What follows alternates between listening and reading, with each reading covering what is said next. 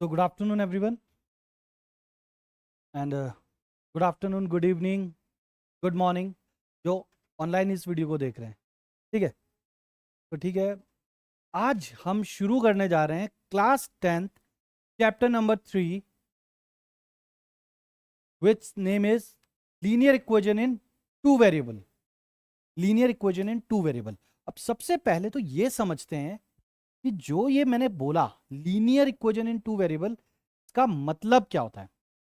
देखिए, linear equation मतलब वो इक्वेशन जिसकी मैक्सिमम पावर 1 हो, जिसके वेरिएबल्स की मैक्सिमम पावर कितनी हो 1। अगर मैक्सिमम पावर 2 होती है तो वो क्या कहलाती है क्वाड्रेटिक। Quadratic equation.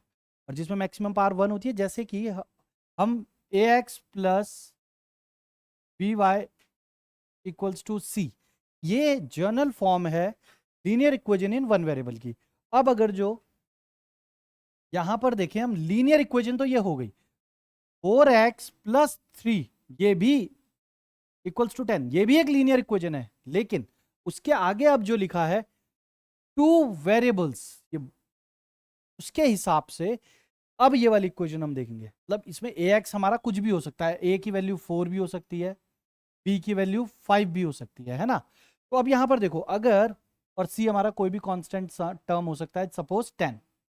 तो सपोज ये इक्वेशन हमें गिवन है 4x plus 5y equals to 10, तो ये हमारी लीनियर इक्वेशन इन टू वेरिएबल्स है। लीनियर इक्वेशन क्यों? क्योंकि x की वैल्यू क्या है 1, ओ सॉरी पावर क्या है 1, y की भी 1, तो मैक्सिमम पावर जिसमें 1 है वो लीनियर इक्वेशन है। फिर इसमें वेरिएबल कितने हैं, एक x एक y। भाई कितने वेरिएबल्स हैं, एक x और एक y, तो दो हो गए, है ना। तो बिल्कुल सही बोला आपने, दो वेरिएबल है, तो इसीलिए इसका नाम है लीनियर इक्वेशन इन टू वेरिएबल्स। तो जहां पर भी इस प्रकार की इक्वेशन मिलेगी, यहां पर भी इस प्रकार की इक्वेशन मिलेगी, वो लीनियर इक्वेशन इन टू वेरिएबल्स कहलाती है। अब ये ध्यान रखना कि जितने वेरिएबल्स होते हैं, मतलब जितने वेरिएबल्स होते हैं उतनी ही इक्वेशन लगती है उनका आंसर निकालने में।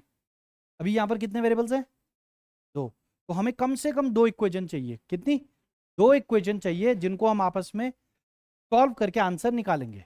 अगर तीन अननोन वेरिएबल होते तो तीन इक्वेशन लगती, चार होते तो, ठीक है, मतलब जितने भी होते हैं। अब इनको सॉल्व करके निकालेंगे। निकालेंगे कैसे? तो वो इनको सॉल्व करने के कुछ तरीके हैं, मेथड्स हैं, वो देख लेते हैं। तो सबसे पहला है ग्राफिकल मेथड। ग्राफिकल मेथड में आपने क्लास 9th में भी पढ़ा होगा, है ना। तो linear equation in one variable, वहां पर हम लीनियर इक्वेशन इन टू वेरिएबल्स था।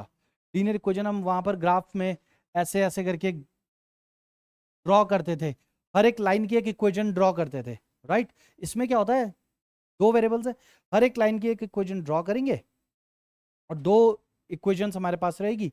जहां पर भी जैसे दो सॉल्व कर रहे हैं, जहां पर भी वो कटेगी वहीं पर हम एक्स और वाई की वैल्यू निकाल लेंगे और वही हमारे एक्स और वाई की वैल्यू होगी।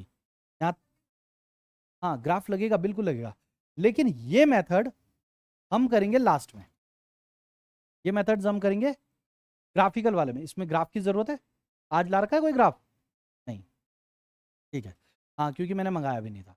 तो ठीक है, पहले हम बात के मेथड्स कर लेते हैं, उसके बाद ये वाला मेथड करेंगे, ठीक है।